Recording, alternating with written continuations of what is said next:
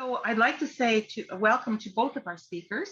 Dr. Sandra Bucerius, is a Henry Marshall Tory Chair at the University of Alberta, the Director of the Center for Criminological Research, and a full Professor of Sociology and Criminology in the Department of Sociology.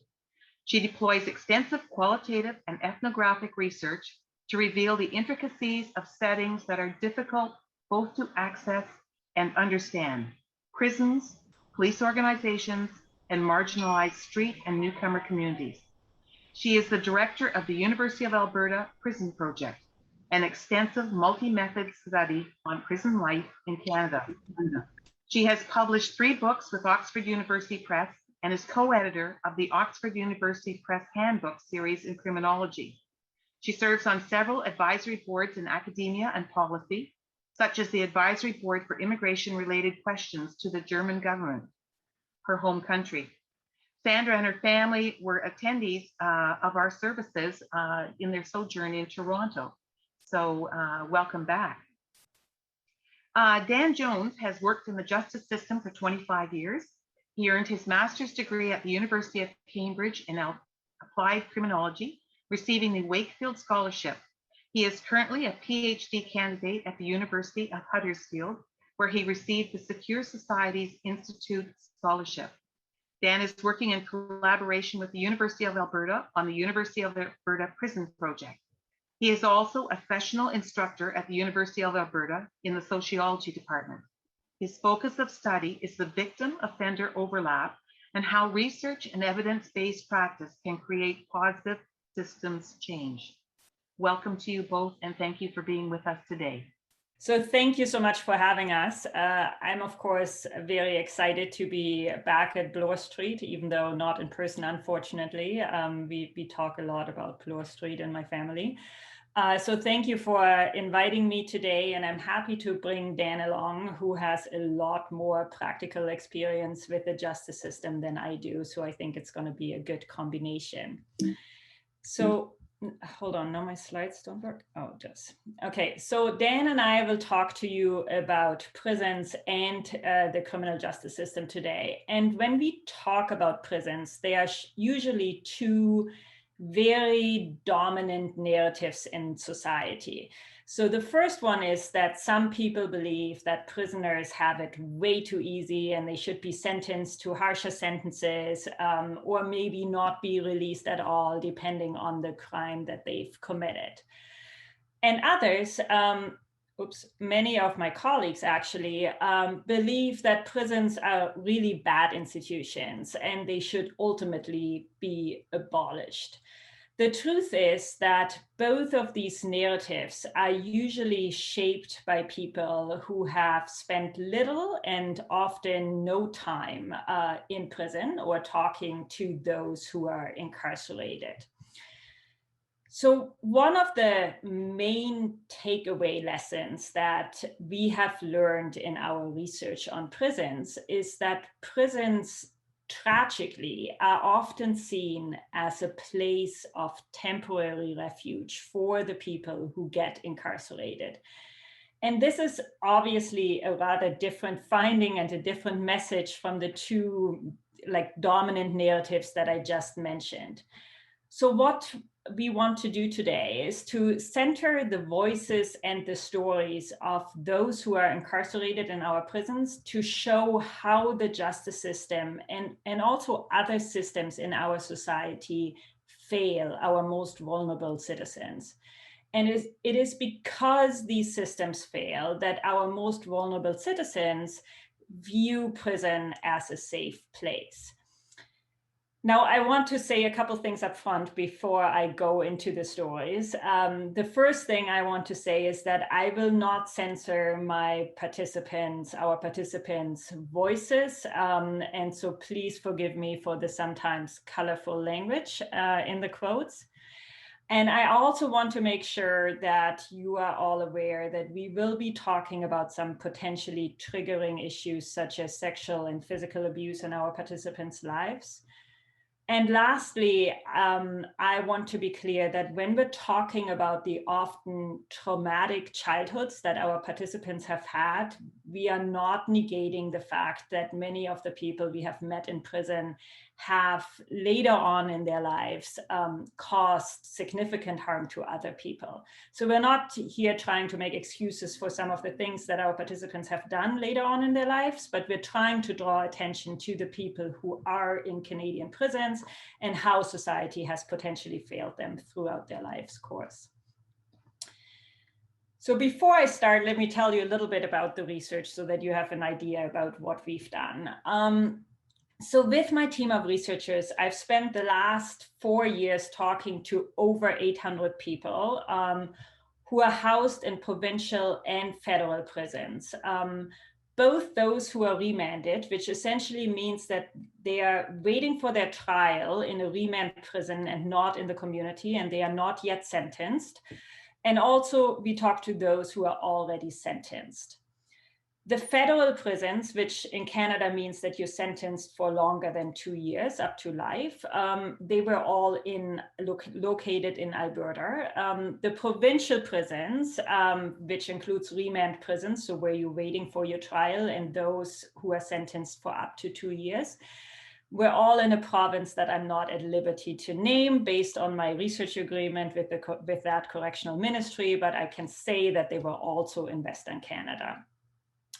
So this is by far the largest interview-based study that has ever been done on Canadian prisons and quite possibly in the world. And I should say that Dan, who's co-presenting with me, was not one of the interviewers given his connection with the criminal justice system.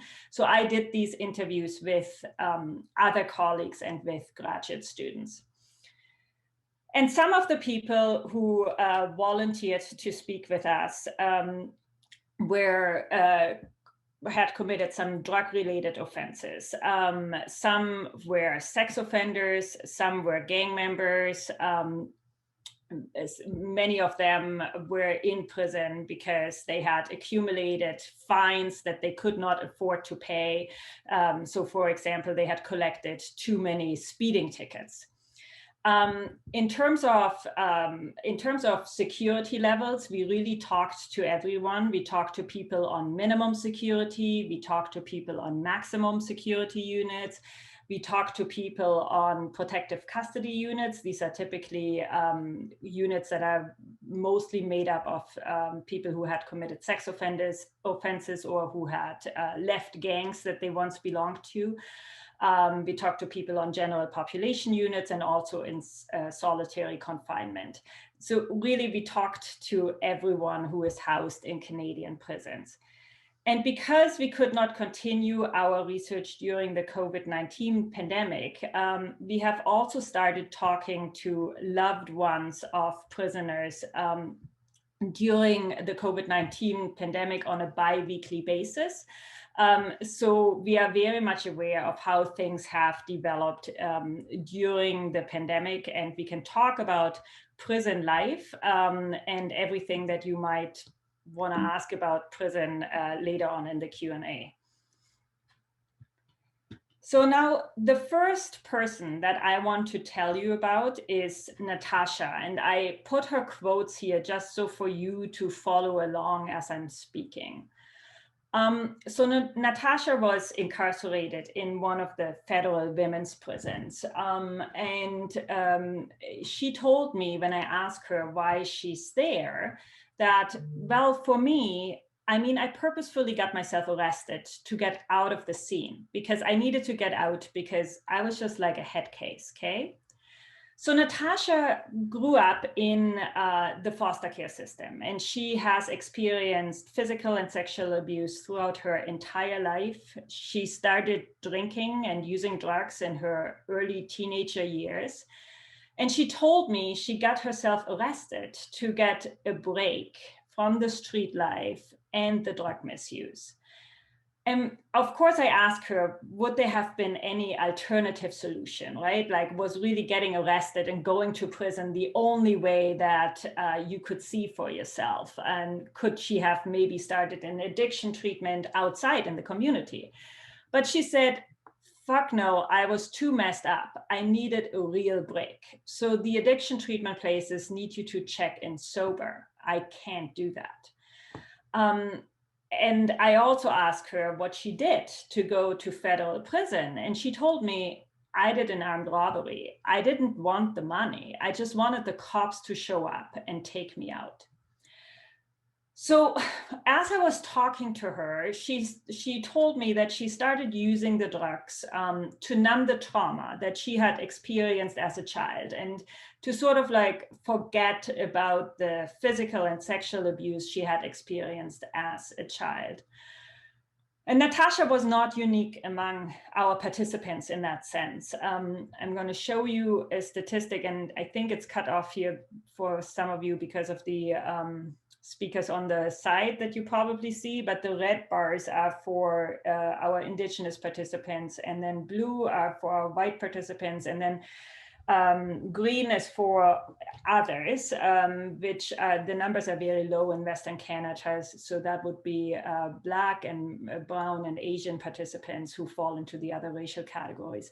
We are splitting them up for our publications because Indigenous people are particularly disadvantaged in the criminal justice system every step of the way, especially in Western Canada.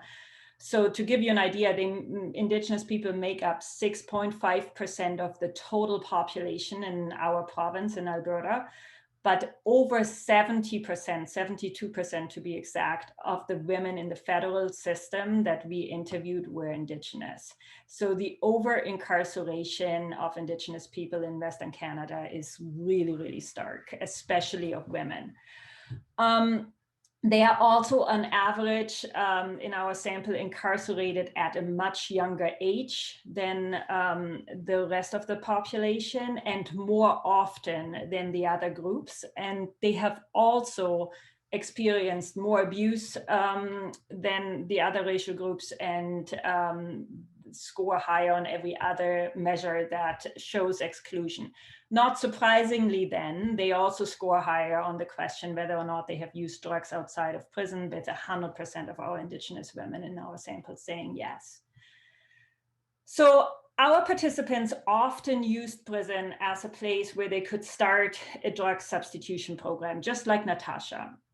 And as Natasha says, while there are addiction programs and addiction treatment programs in the community, oftentimes they require you to check in sober, which many of our participants cannot achieve, or they give you a date. Like, let's say you ask for help on Monday, but they tell you come back on Friday at 3. And because of the way our participants' lives are structured, they unfortunately often can't do that. Or the wait lists are so long that they don't get a spot when they need the spot. So Natasha was not unique in that sense. She was also not unique when it came to the physical or sexual abuse she was talking about. And as I said, this can potentially be triggering, but I will show you the graphs and the statistics of our sample for physical and sexual abuse throughout the life course. So as you can see here, these numbers are shocking. The great majority of our participants has experienced physical and sexual abuse in their lives, with the great majority being victimized long before they have ever been charged with a crime. So this is the physical abuse, which it would be hitting, for example, or being beaten up. And these are the numbers for sexual abuse, which women score higher than men. But when you look at the numbers for Indigenous men, for example, they're also really shockingly high. It is really worth pausing to think about this finding for a moment, because too often the criminal justice system, but also I think society at large, and as Dan will tell you, especially police, think of people in prison as just offenders. That is, people who have committed crimes and they deserve punishment. But more often than not, those who are housed in our prisons are themselves also victims, and they were for a long, long time before they've ever been convicted of a crime. So when we look at the onset of this sexual victimization for Indigenous women, for example, the average age in which they first experienced the sexual victimization was 7. So that's obviously a long time before they have committed crimes. And so as criminologists, we call this phenomenon the victim-offender overlap. So people are victims, but they are also offenders later on in their lives. Many of our participants have not reported their victimization. And those who did report often told us that police or social workers or family and child welfare services did not believe them when they tried to report or did not care. And I'm going to tell you the example of David. David is an Indigenous prisoner that I met in a federal prison, and he spent his childhood also being bounced around in the foster care system.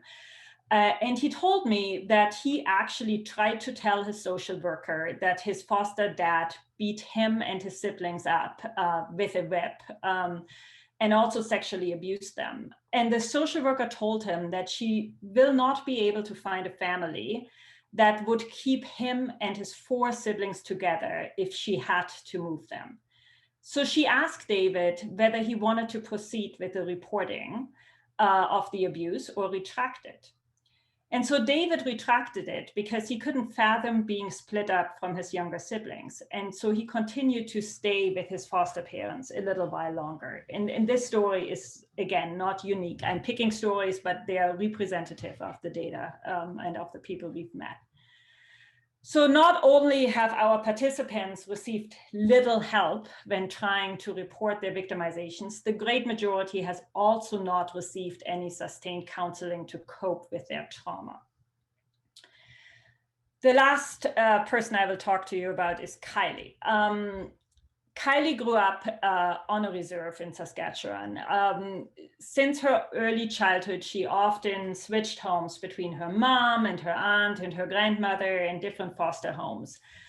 Her mom, aunt, and grandmother had all been survivors of residential schools. And her mom passed away when she was 12. So Kylie and her 5 siblings were put into the foster care system permanently. And she told me that she lived in 37 foster homes and 4 group homes until she turned 18. So 37 foster homes, 4 group homes. And the longest that she ever got to stay in one place was for 2 years. Her siblings and all were all split up, so she didn't get to grow up with them. And she told me in her own words, when I asked her about the foster homes, that foster homes are nothing like the residential schools, but in some ways it is, because there's a lot of fucking abuse, sexual abuse. And not only that, but when you go to a white home, they take you to church and away from your culture.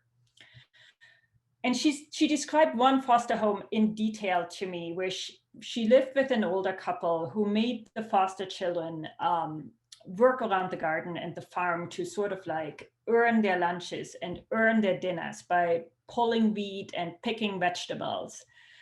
And she said that the foster children often worked all day, and sometimes they were punished by not getting food when the foster mom thought that they had not done good enough work.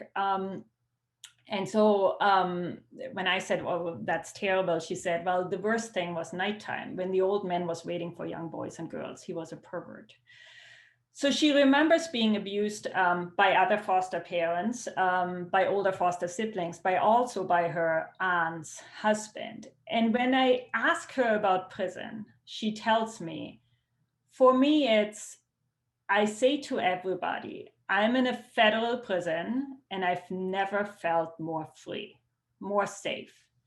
I get to live every day. I get to do whatever. I work hard and I am safe. So before we started our project, we had, of course, expected to hear an overwhelming outpour of negative stories about prison. The academic literature, especially in Canada, is dominated by scholars who emphasize the pains of imprisonment. They discuss human rights violations. They talk about violence between guards and prisoners, and many, many other very negative things. But in contrast, it was far more common for our participants to tell us about how prison provides them with this space of temporary refuge. And of course, I need to say this was not true for all of the people we talked to. Some of the people we talked to did mostly focus on the negative and often inhumane conditions. However, the great majority of the people we met in prison lived lives that are characterized by abusive relationships, addictions, and homelessness. And so for them, prison served as a place where they could potentially sleep safely or relatively safely for the first time in a long time, because as they told us, shelters are not always safe for them. It also served as a place for them where they could potentially get away from their abusive partners, and they could finally get a meal on a regular basis, or where they could take steps like Natasha to get sober from the potentially lethal drugs they were using on the streets. And so this is another interesting finding of our research that we can talk about in the Q&A, that especially the women in our sample wanted to use prison as a place where they could get away from the drugs. So the majority of our participants was adamantly opposed to the very well-intentioned needle exchange programs that harm reductionists have been fighting for, because they want to use their sentence to disassociate from drug use. And so they didn't want a needle exchange or safe injection site in that space, which is really complicated to hear as people who are proponents of harm reduction. When I ask another woman, Ivy, about what society would need to do to change the situation so that our marginalized populations would not need to turn to prison as a solution, she told me they need to find places for these people and get them off the street, because that's the reason why people offend. It's because they want to, they don't want to be outside in the wintertime when it gets cold. And it's really bad. And like, that's honestly the biggest reason why people also feel safe here. A lot of women reoffend because they don't want to go home, because they don't have somewhere to go. They don't have the positive support. And when we asked correctional staff at the women's prison, they confirmed what Ivy is saying here. So one of the correctional officers explained to us, in the wintertime, we have women lining up at the door. They think they can check in like into a hotel. So they want to check in because it's, we have to turn them away, but this is the place they know is safe for them. So they want to check in because it's cold. So as a society forces them to reoffend so that they can be here. Now, I want to be crystal clear. I'm not talking about prison as a good place. I don't want to be misunderstood. The living conditions in the prisons we visited are hard and sometimes horrendous. The women we talked to literally live among cockroaches in the houses. We've been on units, especially in the remand centers, where 3 people had to sleep in a cell designed for 2, and one of them sleeps on the floor. So the only decision you can make when you sleep on the floor is whether your head or your feet touches the toilet. There's really no room to move around. During the COVID-19 pandemic, and still going on, obviously, people are often locked up for days without access to outdoor spaces, because that's the only way they can isolate. Pre-COVID times, we have been on units, especially in the remand facilities where people wait for their trials, where people are locked up in cells with no access to common areas or showers or phones or simply room to move around for up to 23 hours a day. We heard a lot of overdoses, especially with respect to fentanyl. We heard about and witnessed a lot of violence. So I'm really not talking about prison as a pleasant or as a good place. But what I'm suggesting and what I'm talking about is that our participants' experiences point to the failures and the limitations of Canada's often celebrated social welfare system. So unfortunately, the lived reality of many of our participants is one where perversely prison starts to look like a place of refuge from otherwise intolerable, dangerous, and unhealthy situations. And the question is, why do the men and women we meet in prison say that the most comprehensive care they have ever received is found in prison? And Dan will take over from that and talk more about that. So I will put his slide up. Thank you. Thank you, Sandra. And thank you for having us here today, because I think this is a topic that needs to be talked about in a lot of places and spaces, not just in academic institutions. It needs to be talked around with Crown prosecutors and the police and populations like yourself that are interested in bettering society. I'm going to talk a bit. I'm going to mix my talk around research and also lived experience from my own lived experience. I worked in prisons, both federal and provincial, for 3 years before I became a police officer. And I'm nearing my 24th complete year as a police officer. So I've spent a lot of time in this space. I think one of the greatest failings of our justice system is a lack of understanding who the justice client is. If you worked for Tesla, you know who buys your cars. If you worked for Nike, you know who buys your sporting equipment. But when you work in policing, corrections, and even as Crown prosecutors and defense lawyers and the bench, nobody really has a strong understanding of who the justice client is. What we do is we intersect and interact with people in a chapter of their lives that is often symptomatic of trauma. That's not an excuse. That's just a reality. It's oftentimes they end up incarcerated because they've done something, and we as system actors forget, that there was 6 other chapters in their life before we got to them. We forget that they've had experiences that they love. They are family members. They are fathers, mothers, sisters, brothers, daughters, grandparents, children.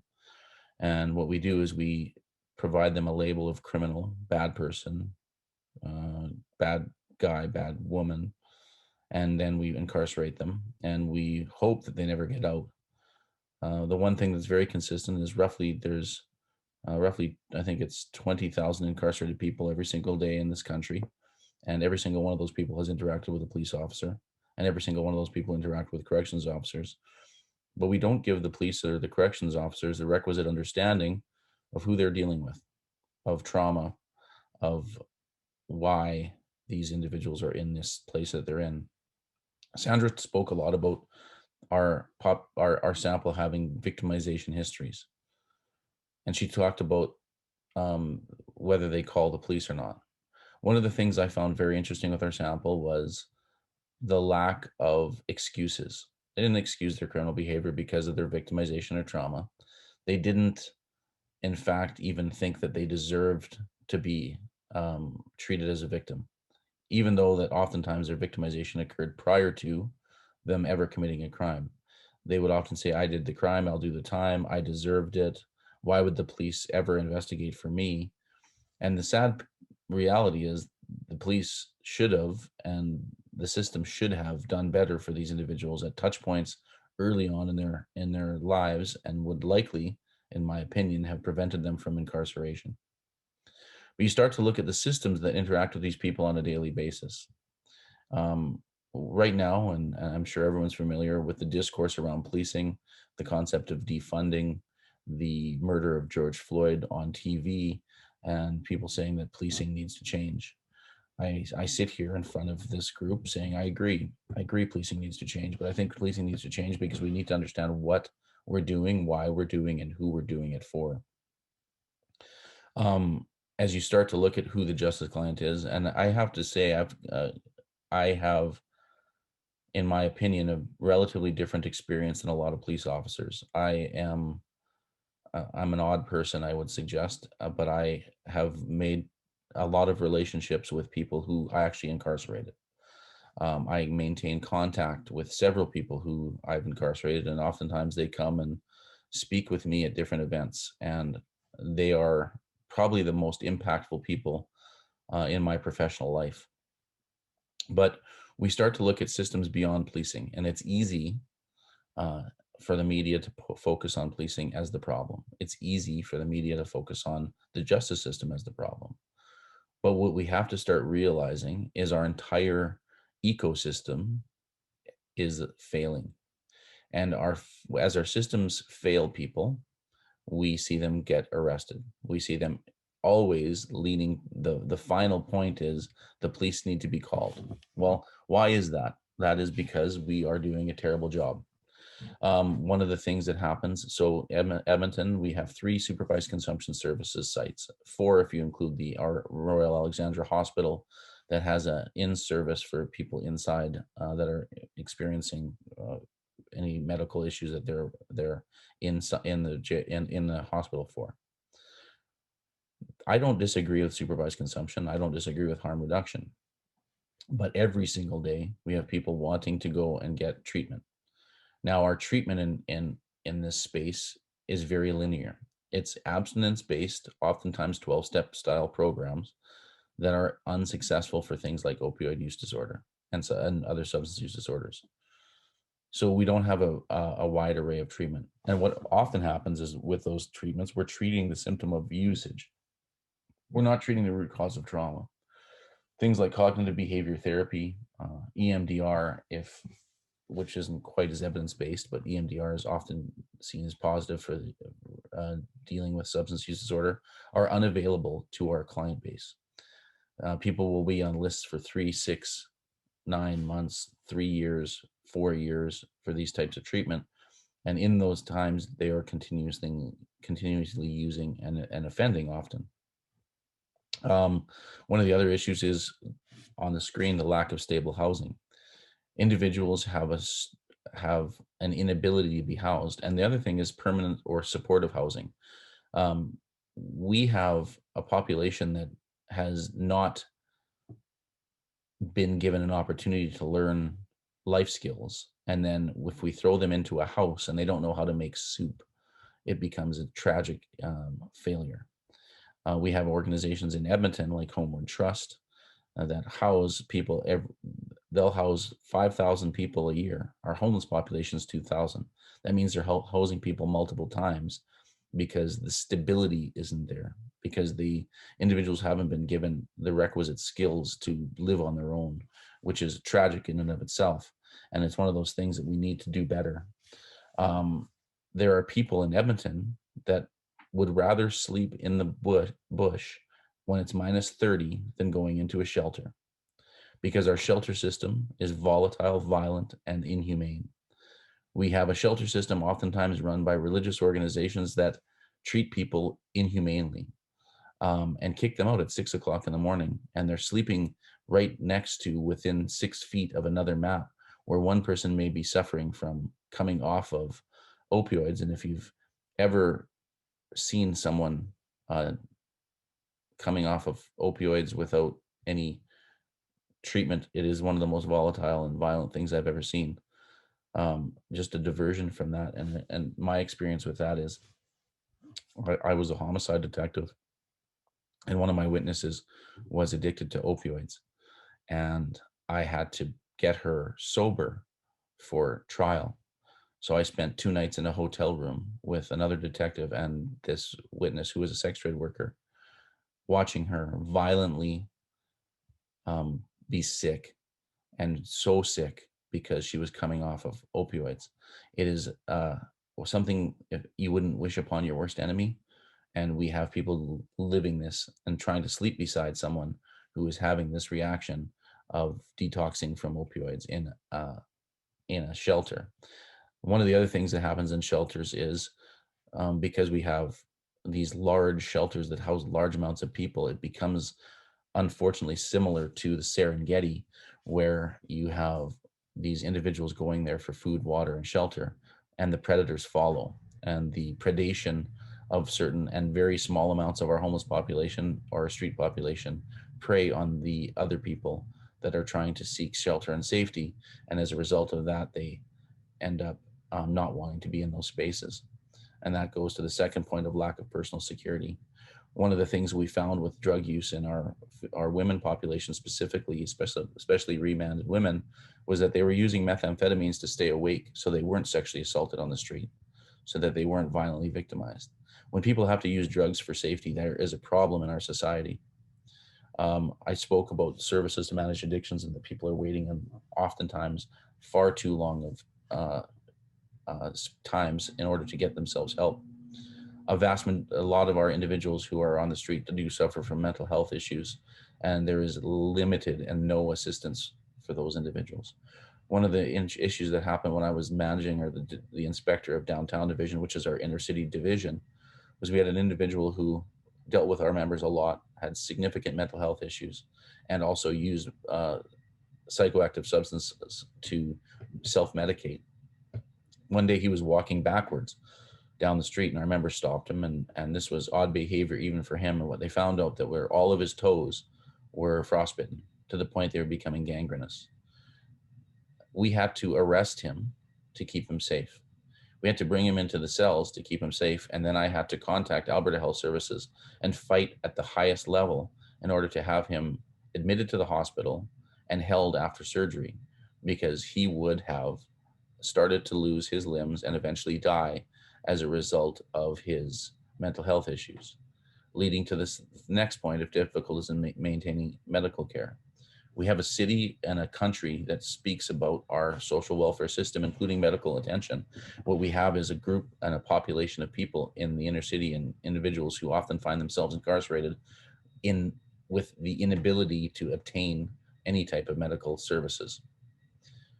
The worst, and not the worst, but one of the worst things that happens is we take people and we put them in jail, and then when they get released from remand center, they get dropped off outside of the Edmonton Police Service headquarters building, which is downtown Edmonton, with no release planning at all. They don't have any place to go, and they're expected to then be better and safe in society. Once we've taken them into incarcerated situations, and if they had a place to live, they've lost it because they have now been in jail, and then we drop them off in the highest crime area of the city and hope that they succeed.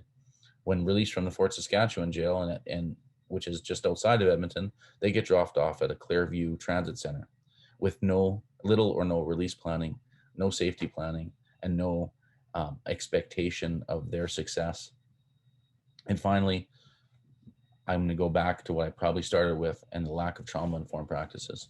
We teach the police about the law and expect them to manage crime and offending behavior. We fail our membership to teach them about who they're dealing with.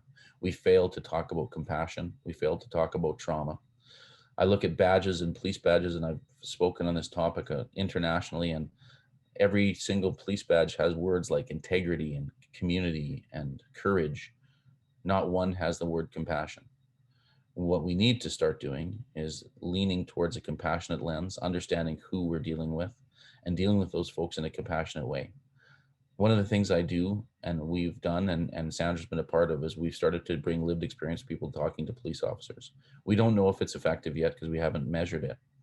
But what I can say is, if you sit and listen to one of our lived experience people, and I'll use Cynthia as an example, she's a young woman who I've dealt with for a very long time. I've known her since I started on this job, and she's now off drugs and engaged in positive life.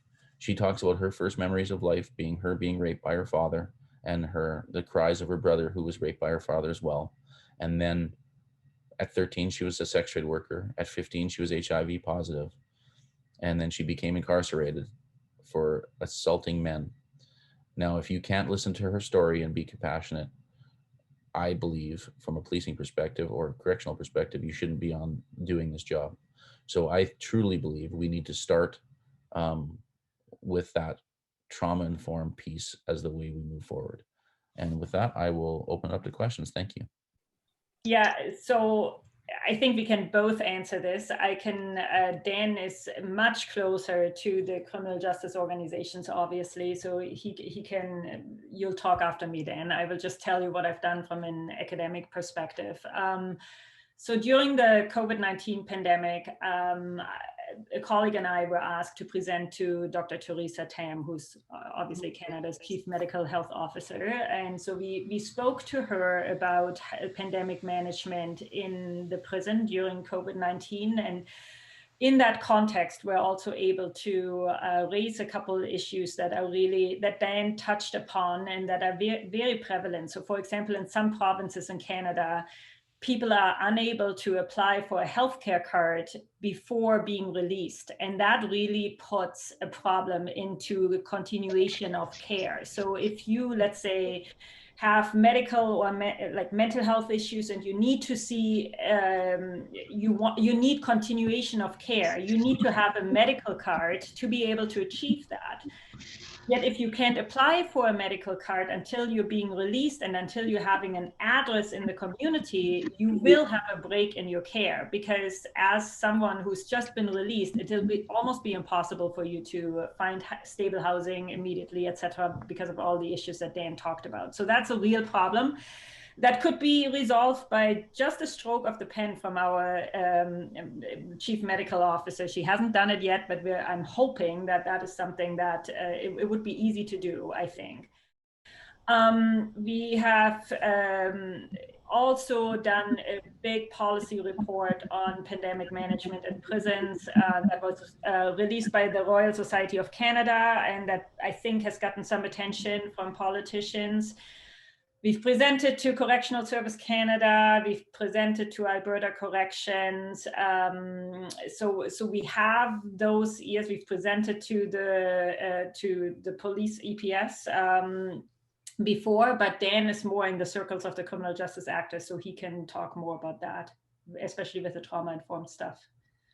So we've developed training that's being used in EPS right now. Again, like I said, one of the things that we have to do is measure its efficacy.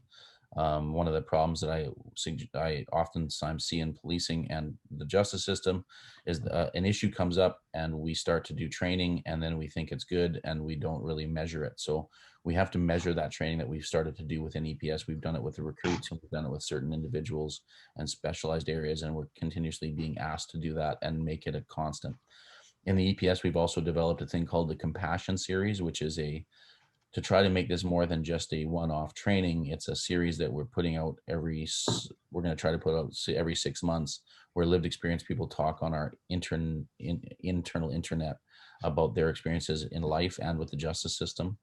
On March 30th, I'm actually presenting to the federal Crown prosecutors on trauma-informed practices. Myself and a woman named Myrna McCallum. Myrna McCallum, actually, if anyone's interested, has an amazing podcast on trauma-informed law. And she's become, I was fortunate to be in the podcast, and she's become actually mandatory listening for certain law schools to try to get that going.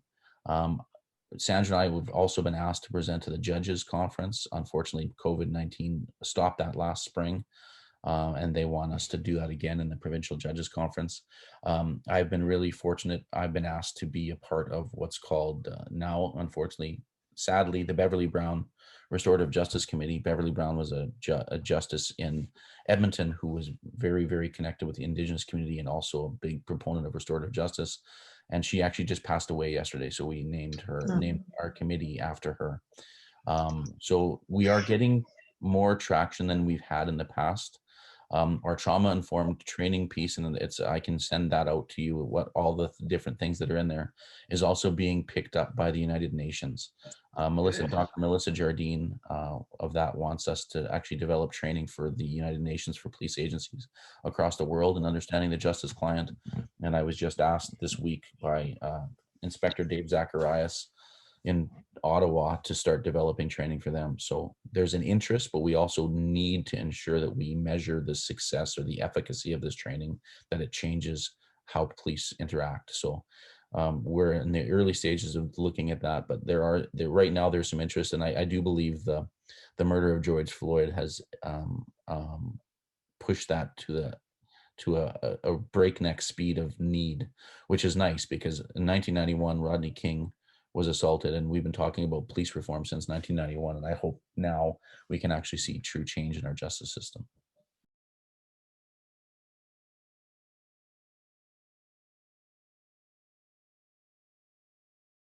If you look at the numbers right now, there, specifically with our Indigenous population, there are more Indigenous children in child welfare right now than at the peak of the residential school system. That's a scary thought. There is a movement, and I call it a movement. I go to a lot of conferences. Sandra and I go to American Society of Criminology, but there's a conference that just finished last week called the Law Enforcement Public Health Conference. The Law Enforcement Public Health Conference, it was the 10th time that it was in existence. It started out with, I think the first conference was 70 people, and this past conference, I think we were close to 4,000. I went to this, I've gone to this conference in person multiple times, but I was there again, and I presented 6 times at it this last time. And it's a mix of people in health, child welfare, policing, trying to reimagine where we're at and how do we do things. From the Global Law Enforcement Public Health Association, there's a couple of committees that I'm fortunate to sit on, and one of them is re-envisioning policing. And it's about how do we blend and how do we do better? And the other one is the prosecutor and elected officials committee that I sit on. And I'm not a prosecutor or an elected official, but I was asked to sit on that because of this research and because of my position in policing. And that's a group of district attorneys, and it started in a group of district attorneys in the US called Fair and Just Prosecutions, and trying to say, how are we doing things different? Marilyn Mosby, who's the new DA, and not the new, she's been there for 3 years, the youngest ever chief district attorney in the history of the United States, Marilyn Mosby in Baltimore, has actually stopped prosecuting simple possession of drugs, symptomatic type criminality, and seen a 30% reduction in their violent crime in Baltimore. So like I said, I think I said earlier, there's no better time than doing this and bringing these systems together. I agree that it shouldn't be called a justice system, call it a criminal legal system, call it an authoritarian system. But if you really want to make change, pull policing out of justice in every single province, pull policing out of justice, pull public health out of medicine, blend those two together, and then bring in all of our NGO organizations in the same space where there is outcome-based, measurable things that we can make sure that we are focusing on community safety and well-being. In the city of Edmonton alone, there's $7.5 billion, billion with a B, going into our NGOs. We have 167 organizations that allegedly work with domestic violence. We know of about 5 of them. We have shelters that are inhumane and disgusting, and $7.5 billion a year in Edmonton alone. That means 7 Dallas Cowboy stadiums could be built a year in Edmonton. And we are failing our populations at an exceptional rate. The friends I have that did their time in prison and are now doing well and speak with me talk about how they just made that decision on their own, and oftentimes weren't supported by systems. They may have been supported by a person. If you have one person that you can rely on, that one person can take you out of the darkness. And oftentimes when you look at our 2,000 people that are homeless, our hundreds of people that get arrested, this week alone, you talk about child welfare, and I'm sorry, this may be upsetting. This past week, we had 65 new intakes into child welfare in Edmonton for sexual violence, with 135 children who were victimized. That is going to become something different later. Those children are going to be something different later. This idea of not addressing issues in silos, I think, is really important. Like, we often think about issues like there's the police and we need to defund the police, but really we have to bring those things together. I wholeheartedly agree with Dan about pulling policing out of justice and merging it with health. Like, I really think that's the way to go. And in terms of the systems and what we've missed, the child welfare system, more often than not, our participants tell us that they actually try to report to their social worker, or more often than to the police, who allegedly did not believe them. So there's a bit of a time lag. We don't know whether or not that is still truly the case to the same extent today, because the people we interview in prison obviously have been in the foster care system 10 years prior. So I don't have any hard evidence to say that is still the same issue today, but I would say it's worth considering whether or not the issues are similarly prevalent. And the other system that we didn't put on the slide, but that I would also stress, is the education system, right? Like, when we talk about having police be trauma informed. I think the same has to be true across the board for people working in education who have access to children and could potentially see when trauma is happening or hear about trauma that is happening, but maybe don't have the necessary training to do so. So I think we also need to do better to give teachers resources to potentially recognize trauma in children when it is happening and to know whom to call, etc. I'm sure that is happening in some schools, but certainly not in all. And Dan and I both have many examples, I think, where we know that that's not necessarily happening.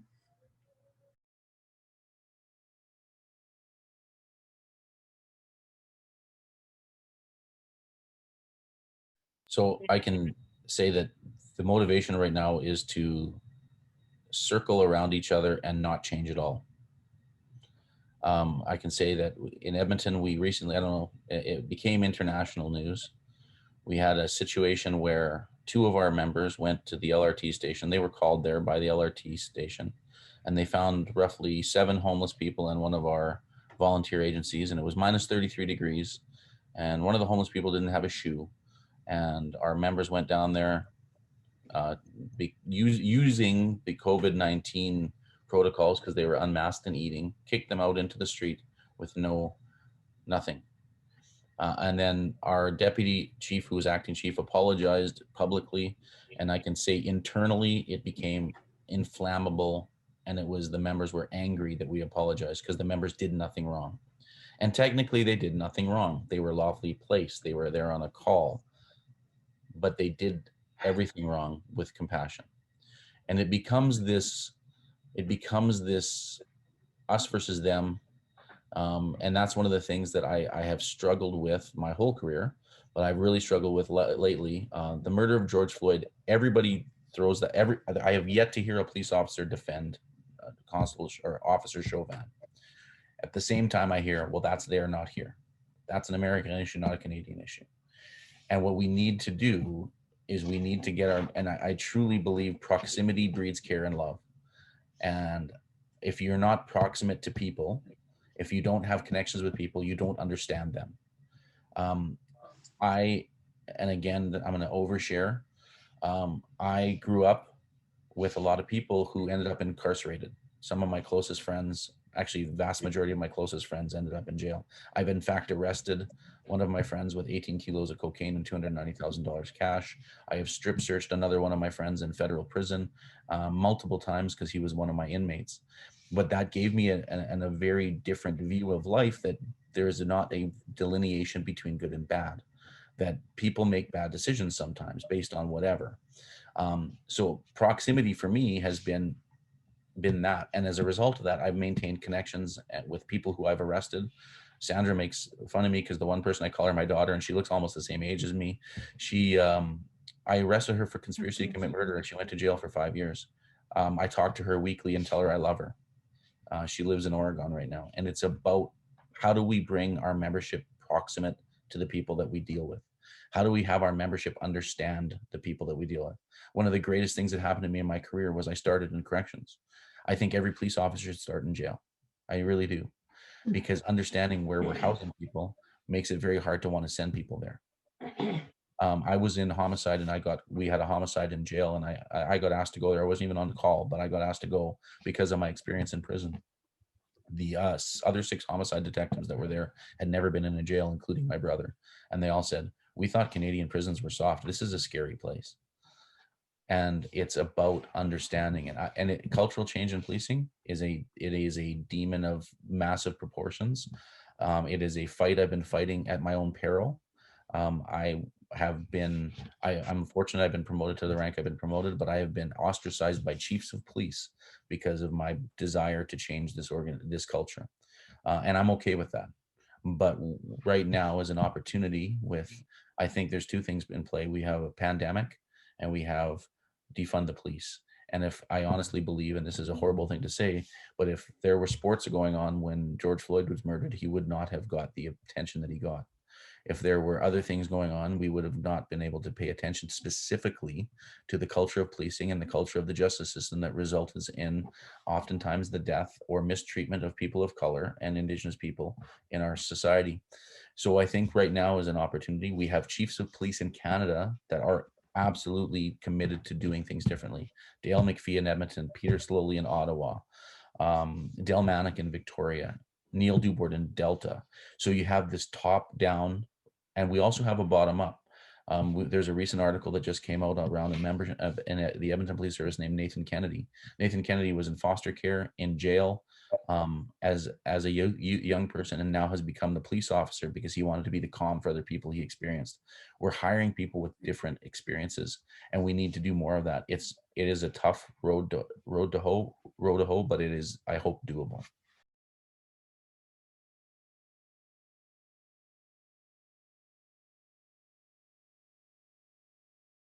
So I think those are two different issues. So I think we can be compassionate always and treat people as human beings without necessarily excusing the crimes that they may have committed. Some of the people in our study have done horrendous things to other people. So we are not advocating for excusing those actions, but what we are advocating for is to have compassion for the person as a human being. The person is more than just the crimes that they have committed. This does not mean that the person should not be potentially sentenced to a prison sentence. Some people have to be so in that sense, I think Dan and I are different from some of the hardcore abolitionists. I have met people in prison that I will say straight up, I don't necessarily want to meet outside in the community at this point in time, because they will pose safety issues for themselves or other people. So there are people that unfortunately have to be kept safe for themselves and for society for a certain period of time. I will always defend that position publicly because I have talked to a great variety of people. But I will also say that about 90 to 95% of the people we have met in prison probably don't have to be there. And we have failed those people in early on in their life. We failed all of them early on in their lives, but we could probably think about alternative ways of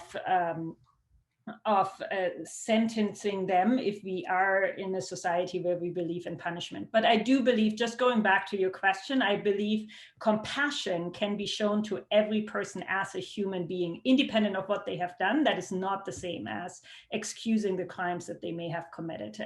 But I'm sure Dan has more to say to that as a police officer. Yeah, and I agree with everything Sandra just said, but at the same time, when it's about compassionate dealings, and the word neutrality is okay. You can be neutral when you go to a call. Larry Sherman and others have done research in relation to domestic violence, for instance. And if the police deal with somebody and they treat them with a compassionate lens, they're less likely to reoffend.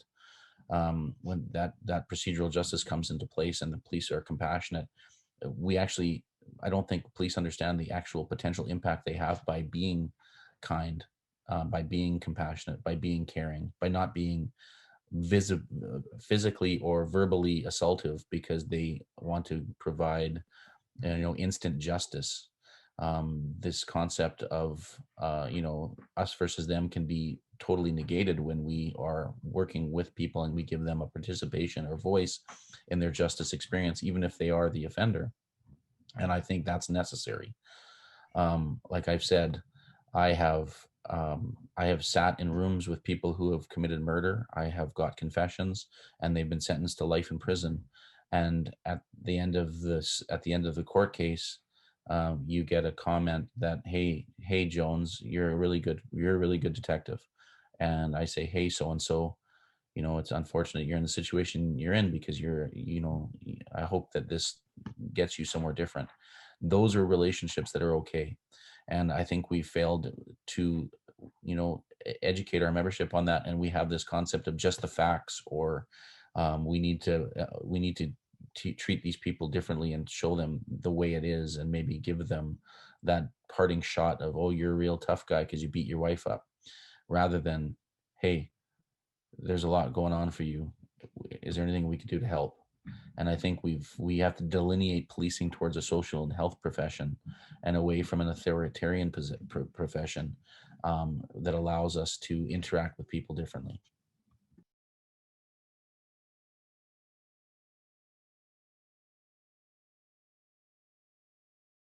For many of the participants we've met in prison, especially for women, this was a little more gendered than maybe some of the other topics. It would for certain provide some sort of food security, for example. As Dan has already talked, shelters are not necessarily always safe or the places where our participants want to go, yet they can't afford to feed themselves or their children. So that is one of those aspects where prison comes often in as the temporary refuge, right? Prison provides you with 3 meals a day. And unfortunately for some people in society, that's reality. That's 3 guaranteed meals a day. For fathers, this is a topic we haven't talked about at all. For single fathers with children, they often have no place to go for food because shelters or food banks don't necessarily accept single fathers and their children. So a father can make a choice to have their children watched by someone else, which might potentially be an unsafe situation, or to have their children be fed at a women's shelter. But so there are all these problems where livable income, minimum livable income would potentially provide a safety net for people and make a real difference. Yeah, I agree with Sandra. And there's been actually some research done on a couple of different things. Like one of the research that was done both in Canada and BC and also in the US is you take the sum of a amount that you're supposed to get for a year of being on assistance. So $7,500, and you give the individual that $7,500. Remarkably and markedly successful outcomes for the individuals when they're given the money to spend at the time that they want to spend it. And I one of the individuals that's spoken with me before and Sandra's met is a guy named Sean. And if you're ever interested, the lived experience panels on the Center for Criminological Research at U of A. And Sean is one of those people. Sean is an individual who struggles for money all the time, and he says to me often, he's like, it pushes me towards crime again. When I was involved in crime, I had all the money I wanted because he was moving kilo levels of cocaine. And now he's on assistance and he struggles. Fortunately, he just got a job, so I'm super proud of him for that. But he's also, and here's the other kicker. You know how hard it is to get a job when you have a bad criminal record? It's almost impossible. So we tell people, hey, you got to be better. You got to get a job. You got to have money and you got to live and you got to be healthy, but I can't hire you because you're a bad guy or you're a bad woman. And the systems literally force people into criminality. A livable income would absolutely change that for a lot of people that I know, a lot of people in our study, and a lot of people that I know personally through my life and my career in policing and corrections.